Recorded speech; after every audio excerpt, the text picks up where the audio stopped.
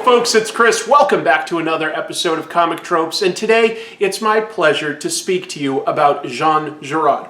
Jean Giraud was arguably the second most influential artist to emerge from all of French and Belgian comics after, again, arguably, Adventures of Tintin's Hergé. He was the recipient of multiple Eisner Awards and Harvey Awards, and he was esteemed by creators as diverse as Stan Lee, Hayao Miyazaki, director Ridley Scott, and today he's the topic of our episode. Moebius was one of the pen names used by artist Jean Giraud, primarily for his work in science fiction.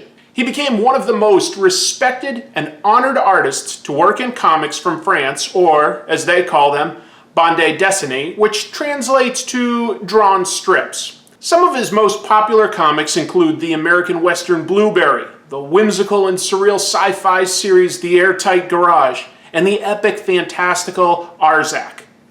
Moebius co-founded the sci-fi magazine Metal Hurlant, later translated here in the US as Heavy Metal. He worked on movies including Alien, Tron, The Abyss, and more. Giraud's early work throughout the 1960s was primarily in westerns and historical reference. But something happened in 1974 that helped push him into following his interest in science fiction. Chilean avant-garde filmmaker Alejandro Jodorowsky began planning an epic film adaptation of the novel Dune by Frank Herbert. Jodorowsky assembled some of the most diverse and amazing talent alive at the time. Actors like Marlon Brando and Salvador Dali, concept artists Chris Foss and H.R. Giger, the band Pink Floyd, special effects artist Dan O'Bannon, and of course, Moebius. Over 9 months, the diverse team pushed to create a surreal cosmic epic, but ultimately fell apart due to financial reasons. However, during this time, Moebius made key friendships that would come to drive his career down a new path, including the creation of the Incal, a popular comic written by Jodorowsky. Also, much of the creative department was hired by Ridley Scott to work on Alien. Moebius's most visible contribution were the spacesuits used in that film. Moebius also had plenty of breaks over those 9 months working on Dune, during which he and some of his closest friends formed Metal Hurlant magazine. And I'd like to talk about a short story that was published in that magazine, illustrated by Moebius and written by Dan O'Bannon. While O'Bannon got his break in movies with special effects and is best known as a screenwriter, he's also a very talented artist himself.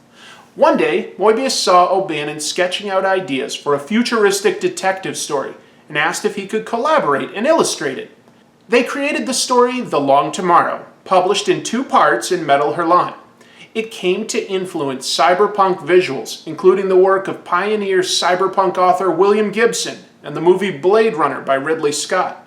It influenced the look of John Carpenter's Escape from New York, the Star Wars films, and even the fashion of the band The Prodigy. So now let's take a look at that short story, The Long Tomorrow, and take note of Moebius's sci-fi tropes, as well as looking at the influences it had on other Western films. And every time I come across one of these tropes, I will try a French food. The Long Tomorrow begins in an epic, dynamic city that's incredibly tall, and we push deeper and deeper into its bowels.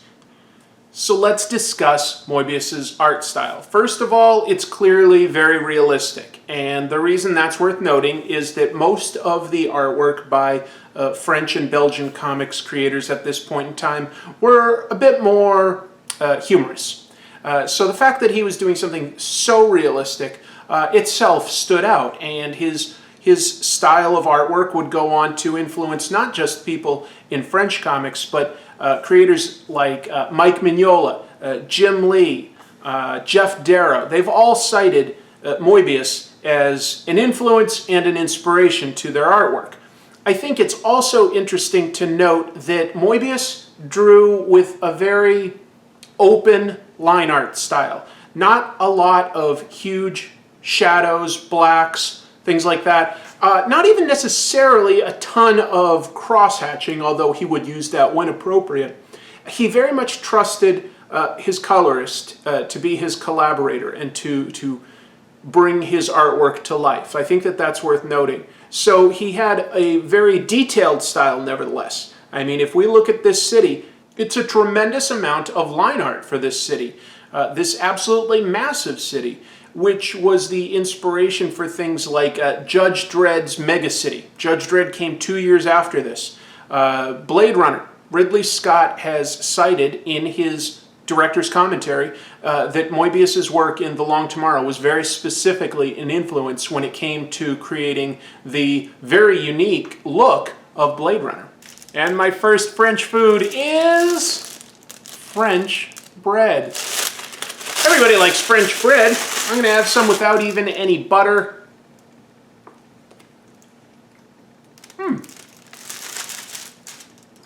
Special thanks to my fiance for picking up the various French foods I'll get to eat. This is actually a pretty good baguette. Apparently she got it from some local bakery. It's good. While this story is set in an unnamed future, it's also primarily a detective story, and fitting with those noir conventions, we have a voiceover by our protagonist, a detective named Pete Clubb, who investigates all sorts of things, but very discreetly. He gets a call and Pete says, "It was a dame on the 12th level, a very ritzy residential area for a very hush-hush job. Dolly Vuk van Katerbar. I threw on my coat and got going." And then we see Pete driving some sort of a flying car. In the next panel, he's waiting in the lobby for Dolly. Moebius loved to design very unique clothes. I mean, Pete Clubb could have just so easily been walking around in a trench coat, and we would have bought that. Or maybe even some sort of retro 50s sci-fi suit.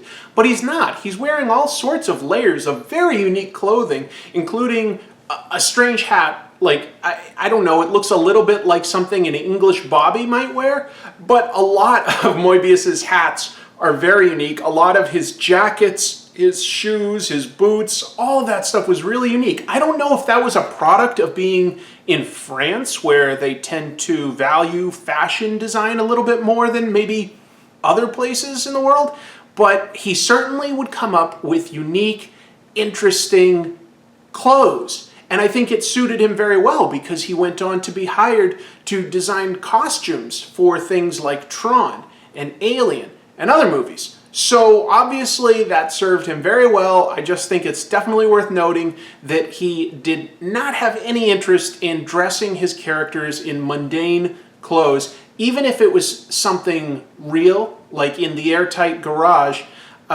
It was not of the era you'd expect it to be. He loved to deal with weird stuff. All right, so what's my next food?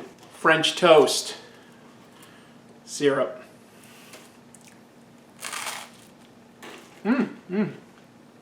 A little extra crispy, but sweet. Dolly is the typical femme fatale you'd expect in these kind of hard-boiled crime fiction stories, and she obviously flatters Pete Clubb, telling him, I bet you could do lots of things for me. But ultimately she asks him to retrieve a strong box in a locker in the subway station, way down on the 199th level where things are a bit more dangerous. Pete agrees to take the job, and we see him entering this obviously ratty subway station full of graffiti and sketchy looking people, lots of neon signs, definitely see some influences for Blade Runner. And in the next several panels, he's just quietly finding this strong box, and he gets approached by some thugs. But before we get to that, I'd really like to note something of these last few panels. There's a very cinematic feel to Moebius's work. Some of that comes from the fact that he tends to use widescreen panels. That in and of itself was pretty innovative in the 70s. But I think that there's something more to it. He's willing to have, quiet panels in his work, even when he's collaborating, just to show the process of actions. I think that there's just a cinematic feel and flavor to even how he sets up the shots, like the angles that he picks. It's not necessarily ultra flashy, but if we look at it, I think it's easy to envision these panels as almost a storyboard for a movie. I think it's definitely a big reason why people in Hollywood came calling for Moebius to create designs. It's because if you look at his comics, they really look like movie storyboards come to life. Next food is French fries. Oh, so French. I could get used to this. Two thugs approach Pete Club. One of them actually has 4 arms. That's never explained, just a bit of flavor. And they activate things called quiver shivs. Pete Club explains, cute little things. Those babies slice through steel like wet flan. Again, this came out in 1975, 2 years before Star Wars. So quiver shivs, they glow, they cut through pretty much anything. They definitely predate lightsabers. That's all I'm saying. It's not like there weren't other inspirations for lightsabers, but keep going and we're going to see some more Star Wars influences. So it could be argued that this story specifically could have inspired certain elements within Star Wars movies. But Pete is a good fighter, and he instantly takes out the thugs, sends them running, and retrieves the box. Pete may be a tough guy, but he's honorable. He doesn't open the box, he just takes it back to Dolly. But when he gets to her apartment, it's surrounded by police. Inside, the place has been ransacked. Pete says, the place was crawling with cops of all models. Yeah, these are robot cops. You got a problem with that, you bigot? The police robot in charge is known as Lieutenant 3, and he knows Pete from the past. He shows Pete what's happened. And I'm going to have to censor some of this image because of YouTube standards, but it's Dolly tied up and cut to death. She's been attacked and maimed. Pete says, the work of a specialist. My mind was a blank. Lieutenant 3 says, Pete, we've got a problem. There's an Arcturian spy loose in the city. So far, we've managed to keep a lid on the situation, but when it blows... What? An Arc spy? But how did he get through the orbital defense shield? A mystery. But we do know what he came here for, and by now, he's got it. Oh yeah? What's that? The president's brain. Oh yes, it had to happen someday. I saw the president this morning on the Homeo tube. That was an android devil, Pete. We're in deep shit. We have to get the president's brain back before the Arcturians start working on it. And the girl? How did she get mixed up in all this? The president was having an affair with her. She must have known too much. So the MacGuffin of the story, if you will, is literally the president's brain. And I guess you can have brain transplants in the future. It's pretty ridiculous. A lot of this story is ridiculous. You have to understand it's based in parody, and then they just sort of took that and built a whole world on top of it. It's kind of impressive. That panel I had to censor is an example of the casual nudity that Moebius would frequently employ in his stories. One of his first stories as Moebius was sort of a funny yet drawn realistically sci-fi story called The Horny Goof. He is just a normal, mundane guy who wakes up with an erection, and the puritanical society he lives in chases him across space to punish him for it. He's just on the run the whole time just because he has an erection. The interesting thing about French comics is they don't have the same constraints of the comics code at this point in time. So they pretty much did what they wanted. There was a lot more freedom to create what you wanted. Now, of course, maybe the flip side of that is that a lot of these more bizarre stories or stories involving a lot of sex or violence would often be short stories in anthologies as compared to an element in an ongoing story. But definitely the French are way less prudish than Americans are when it comes to sex. The next food is French's mustard. And I'm going to put it on this corn dog. So as you can see, I'm having a very authentic French experience tonight. The one thing you should always have on a hot dog is mustard. Pete starts driving back to his office, thinking to himself that he's going to have to open the box, guessing what he's going to find inside, when all of a sudden a car pulls up alongside him and shoots at him. It just barely misses Pete, but it does cause his car to crash. Pete shoots down the car that shot at him and chases after him. Pete's assailant jumps into an anti-grav lift and heads up to the surface of the planet, but Pete is in close pursuit, and Pete catches up and tackles the man. He says he was a punk, a weasel, a hitter, a member of the Assassin's Guild by his uniform. I love to get my mitts on those greasy creeps, face to face with no witnesses. I think Pete's a pretty interesting character. I wish that there were more stories about him after this one. I'm not aware of any. Pete pummels his would-be assassin and ultimately says, "Now talk! Who hired you to get to me? Who?" "I don't know. I swear it. The money and the instructions came in a sealed envelope."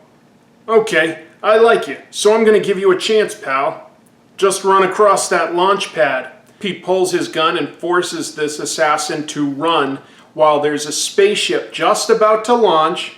We see the runner running as fast as he can. We're about to come back to this shot. And of course he doesn't make it. The spaceship takes off, blasting him into ashes. But let's jump back to that previous panel.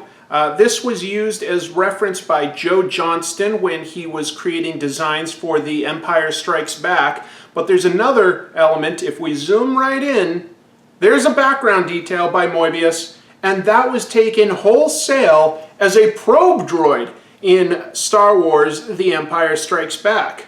I think that's pretty hard evidence that the Star Wars movies were very inspired by Moebius's art. I mean, that thing looks exactly like it appeared on film.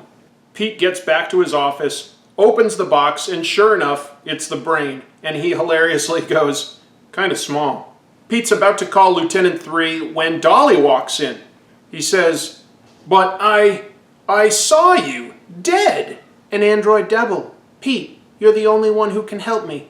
Oh, please say you'll help me. I'll do anything you want. Anything." And the two begin to make love, but they're interrupted when Pete gets a call from Lieutenant 3 who says, "Pete, 3 here. The lab report just came in. The girl's body was an android devil." "Yeah, 3, I know that." "Yeah, but Pete, we know who the Arcturian spy is." "Oh yeah? Who?" And in the next shot, we both see and hear that it's the girl that's the spy. And look, she is some sort of a bizarre shapeshifter. Just take a look at this oozing mass of tentacles. It's bizarre.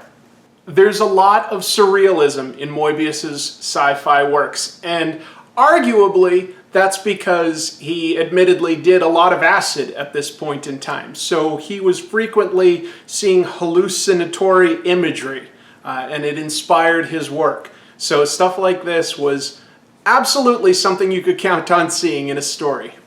All right, I guess this is time to pay the piper. All those delicious foods has led up to this.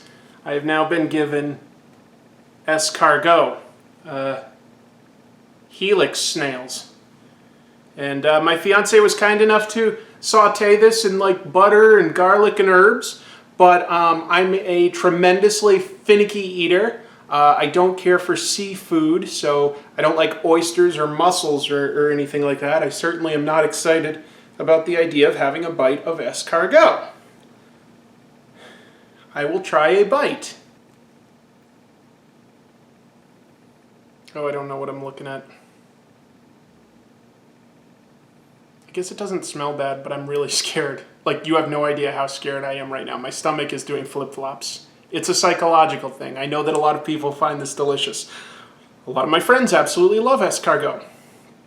I'm so scared.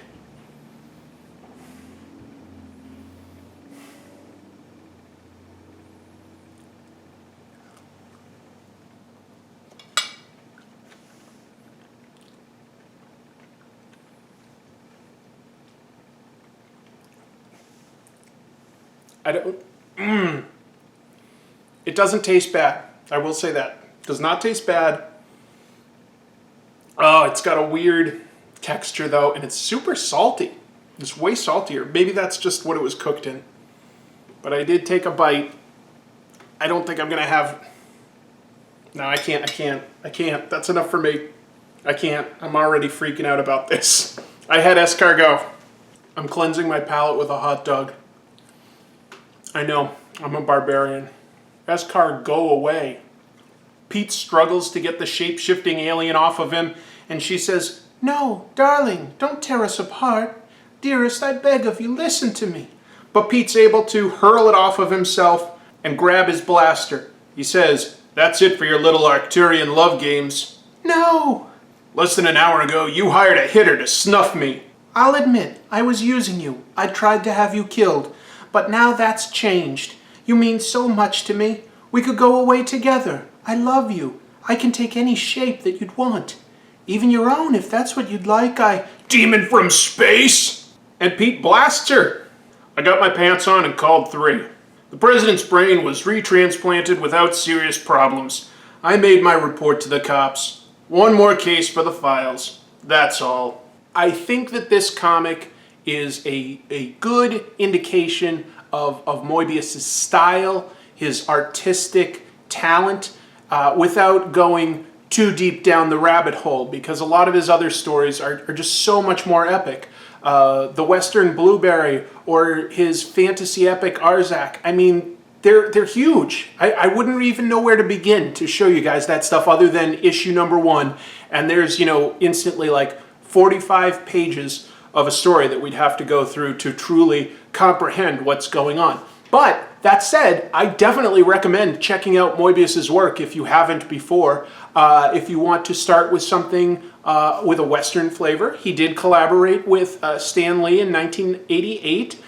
He and Stan did a 2-issue Silver Surfer story called Parable. It's beautiful, beautiful artwork, really interesting story, some of Stan Lee's best work, no question. And Moebius, I mean, boy, where to begin there? If you haven't read his stuff in Heavy Metal Magazine, if you've just never come across it, I think that the 3 things that he's best known for are definitely Blueberry, although that's way more popular over in France than it is here. But if you like Westerns, check out Blueberry. And then The Airtight Garage and Arzak. I think both of those are really interesting, trippy, fascinating, and sometimes funny stories. So I hope that this was a interesting primer on Moebius if you're not familiar, or if you are familiar with Moebius, I hope you appreciate me sharing my opinions from sort of an American point of view. I discovered Moebius somewhere around 1990, both with the Silver Surfer story, Parable, and a bunch of issues of Heavy Metal Magazine. So I love him. I think he's tremendous. Unfortunately, we lost him. He passed away back in 2012, so it's been a little while. The world is poorer for not having him. However, he was a very prolific artist, and he left behind a tremendous amount of material for us to still enjoy. So I hope you do enjoy that. If you enjoy this, please give me a thumbs up. Hit subscribe if you haven't already. And I've got a Patreon if you want to support, because buying these comics kind of costs a lot. Giving my fiance a few bucks to buy some food and getting Escargot, that's all part of the budget of the show. Anyway, I hope you enjoyed this week. Come back next week, and until then, keep reading comics.